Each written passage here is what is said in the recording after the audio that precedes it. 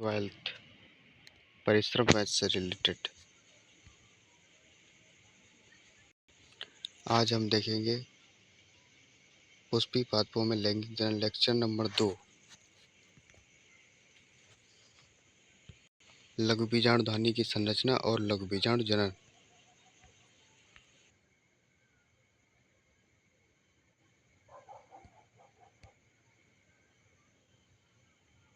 यहाँ पे ये दो भाग होते हैं।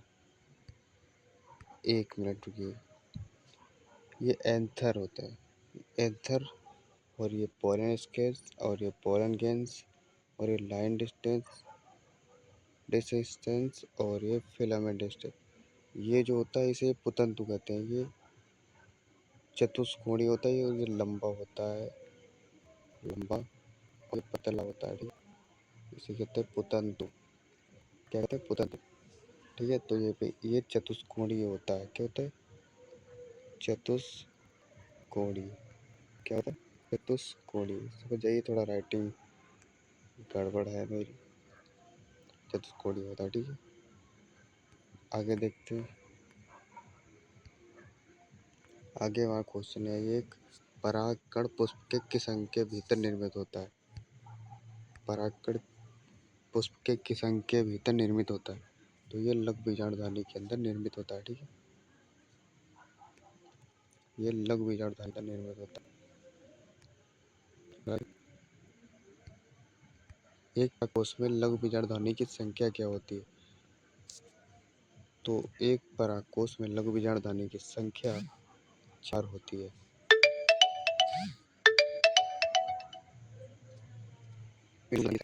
तो इसकी संख्या होती है 2, सॉरी उल्टा हो गया, 2 होती है। ठीक है,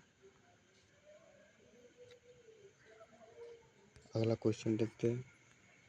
परागकोश की संरचना होती है। परागकोश की संरचना कैसी होती है? परागकोश की संरचना चतुष्कोणीय होती है। ठीक है, अगला देखते हैं। एक प्रारूपिक आवृतबीजी परागकोश होते हैं। एक प्रारूपिक आवृतबीजी परागकोश होते हैं, द्विपालिक एवं द्विकोष्ठी होते हैं। ये जैसा बताया था वहाँ पे कि द्विपालित होते हैं, ये द्विकोष्ठी होते हैं। जैसे ये एक द्विकोष्ठी। ठीक है, अगला देखते हैं। पुंकेसर कितने? अगला हमारा क्वेश्चन है, ये इम्पोर्टेंट है, वेरी वेरी इम्पोर्टेंट। पुंकेसर कितने भागों में विभक्त रहता है? इससे लिखिए। पुंकेसर 2 भागों में विभक्त है। इसमें लंबा एवं पतला डंठल तंतु फिलामेंट कहलाता है। क्या कहलाता है? इसमें जो लंबा डंठल होता है, पतला सा, ये डंठल फिलामेंट कहलाता है, तथा अंतिम सिरा सामान्यतः पुष्प द्विपालित संरचना परागकोश कहलाता है। ठीक है, अगला क्वेश्चन है, पुष्प के नर जनन अंग पुंकेसर की संरचना को समझाइए। तो यहाँ पे ये भी वेरी वेरी इंपॉर्टेंट है, क्योंकि ये कई बार आ चुका है हमारे एग्जाम में।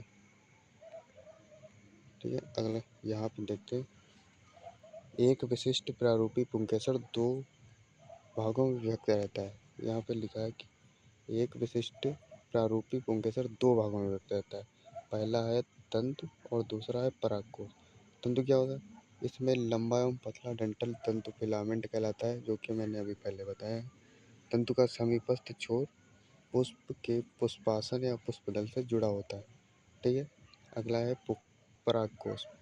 पुंकेसर का अंतिम सिरा सामान्यतः द्विपालिक संरचना परागकोश कहलाता है। एक प्रारूपिक आवृतबीजी परागकोश द्विपालित होते हैं तथा प्रत्येक पाली में 2 कोष्ठ होते हैं, अर्थात ये द्विकोष्ठी होते हैं प्रायः। ठीक है, ये अगर आप समझ रहे हैं, सिर्फ लिखने से नहीं, हमारे साथ में लिखते जाइए, तभी आपकी जो नोट्स होंगी वो एकदम बेहतरीन बनेगी। आपको स्कूल में टीचर्स के द्वारा जो प्रोवाइड कराई जाती है, आप उससे ज़्यादा ये शॉर्ट नोट्स आप बनाएंगे, तो शॉर्ट नोट्स से बनाने का फ़ायदा ये है कि आपको जल्दी याद होगा और आप लॉन्ग टर्म के लिए याद रख सकते हैं इसे। क्योंकि लंबी थ्योरी होती है, ज़्यादा याद करने को बहुत होता है, तो इसलिए अपने हिसाब से देख लो। प्राय एक अनुलंब खांच प्रवाहक कोष्ठ को अलग करते हुए लंबवत गुजरता है। पराग कोश एक चार दिशीय चतुष्कोणीय संरचना होती है। इसमें चार कोनों पर लघु बीजांडधानी समाहित होती है, जो प्रत्येक पाली में दो होते हैं। या लघु बीजांडधानी आगे विकसित होकर पराग पुटी पोलन सेक्स बना जाती है। पराग पुटी को इंग्लिश में कहते हैं पोलन सेक्स। या अनुलंबन एक पराग कोश की लंबाई तक विस्तारित होते हैं और पराग कणों से ठसाठस भरे होते हैं। ठीक है, तो यहाँ पे बताया है पुष्प के नर जनन अंग अंग पुंकेसर की संरचना। ये पुंकेसर की संरचना थी। अगला है स्त्री केसर। स्त्री केसर में क्या है, देखिए ये हो गया जायांग। जायांग के अंदर ये वाला जो भाग है,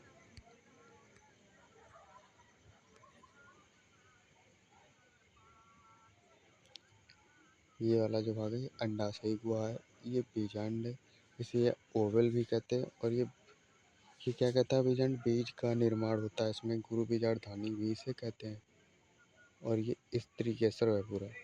ठीक है, ये वाला जो भाग है ये वर्तिकाग्र हो गया, ये वाला भाग यानी स्टिग्मा भी कहते हैं। और इसका कार्य चिपचिपाहट युक्त ही होता है, परागकण के लिए अवतरण मंच। क्योंकि ये भाग मुख्य होता है, क्योंकि यही कीटों को अपनी तरफ आकर्षित करता है। और उनके पैरों में, कीटों में जो परागकण चिपके हुए होते हैं वो इसी चिपचिपाहट की वजह से उसमें चिपक जाते हैं। और ये दूसरा है,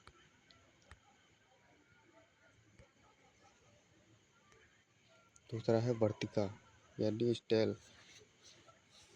और इसका कार्य होता है मध्य भाग होता है, ये बीच का मध्य भाग होता है। और ये लंबा होता है और ये दीर्घकृत होता है। ये वाला जो भाग ये अंडाशय होता है, ये ओवरी सॉरी। इसका भाग आधारीय भाग होता है और ये फूल का निर्माण होता है इसमें। स्पेशल पॉइंट ये है, स्पेशल पॉइंट तो ज़्यादातर होता है। ये बीजांड की संख्या, बीजांड की संख्या एक बीजांड और दो बीजांड, एक से ज़्यादा बीजांड यानी दो बीजांड या दो से ज़्यादा हो। तो एक बीजांड में उदाहरण है आम, गेहूँ, मक्का। और एक से ज़्यादा बीजांड वाला या तो एक बीज जिसमें होता है, जैसे आम हो, गेहूँ हो गया, मक्का हो गया। और एक से ज़्यादा बीज जिसमें होते हैं, पपीता हो गया, तरबूज हो गया और आर्किड हो गया। अब देखते हैं जायांग के प्रकार। जायांग के प्रकार, यह एक या एक से ज़्यादा स्त्री केसर का समूह जायांग कहलाता है। सिंपल सा फंडा है, एक या एक से ज़्यादा स्त्री केसर का समूह जायांग कहलाता है। जायांग के प्रकार, ये जायांग दो प्रकार के होते हैं, एक अंडपी, एक संघी जायांग मोनोकैर मोनोकैरपेली। और युक्तांडपी और बहुसंघी पॉलीकैरपेल्स युक्तांडपी। ये जो एकांडपी में एक संघी जायांग इसे कहते हैं। इसका ये उदाहरण है गुड़हल। ये गुड़हल का पुष्प हो गया, तो ये एक अंडपी हो गया। इसमें एक अंडा ही बचता है। युक्तांडपी, इसमें ये तीन हो गए जायांग, एक दो तीन निकले होगा। ठीक है, ये पेपावर का बच्चा। बहुसंघी, बहुसंघी के अंदर ही युक्तांडपी आता है, तो उसमें एक दो तीन तीन तीन जायांग एक साथ निकले होते हैं। उदाहरण इसका है ये माइचीलिया है। इसका नाम क्या है, माइचीलिया। माइचीलिया, ठीक है, समझ जाइएगा, माइचीलिया हो गया। अगला देखते हैं, ये आपको कमेंट करके बताना है किन्हीं दो पौधों के नाम लिखिए जिसमें बहुअंडपी युक्तांडपी इस तरीके से पाए जाते हैं। कमेंट करिए, कमेंट बॉक्स में बताइएगा। ठीक है,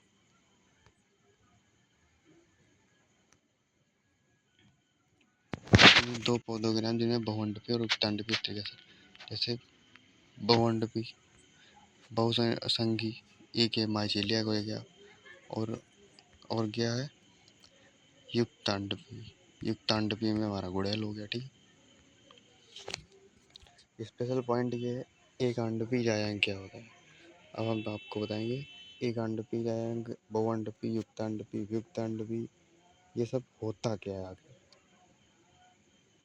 युक्तांडपी एकांडपी है ऐसा जायांग जिसमें केवल एक स्त्री केसर होता है, एकांडपी जायांग कहलाता है। जिसमें एक स्त्री केसर हो, वो इसका एग्जाम्पल हो गया वो गुड़ैल। बहुअंडपी जायांग ऐसा जायांग जिसमें एक से अधिक स्त्री केसर होता है, बहुअंडपी जायांग कहलाता है। बहुअंडपी जायांग दो प्रकार के होते हैं, इन्हीं के अंदर ही दो प्रकार के आते हैं जायांग, युक्तांडपी और व्युक्तांडपी। युक्तांडपी क्या है, ऐसे बहुअंडपी जायांग जिसमें सभी स्त्री केसर आपस में संगलित हुए रहते हैं, युक्तांडपी कहलाते हैं। इससे कि पेपावर। युक्तांडपी ऐसे बहुअंडपी जायांग जिसके सभी स्त्री केसर आपस में संगलित हुए नहीं रहते हैं बल्कि स्वतंत्र रहते हैं, युक्तांडपी कहलाते हैं। ऐसे बहुअंडपी जायांग यानी कि ऐसे बहुअंडपी जायांग जिसके सभी स्त्री केसर आपस में संगलित हुए नहीं रहते हैं, दूर दूर होते हैं, ठीक है, वो व्युक्तांडपी कहलाता है। चलिए एक अंडाशय में बीजांडों की संख्या, एक गेहूं, धान, आम, ये एकांडपी हो गया, से लेकर अनेक पपीता, तरबूज तथा ऑर्किड तक हो सकती है। एकांडपी ये हो गया एकांडपी, और ये हो गया एक से अधिक, एक से ज्यादा। ठीक है, समझिए।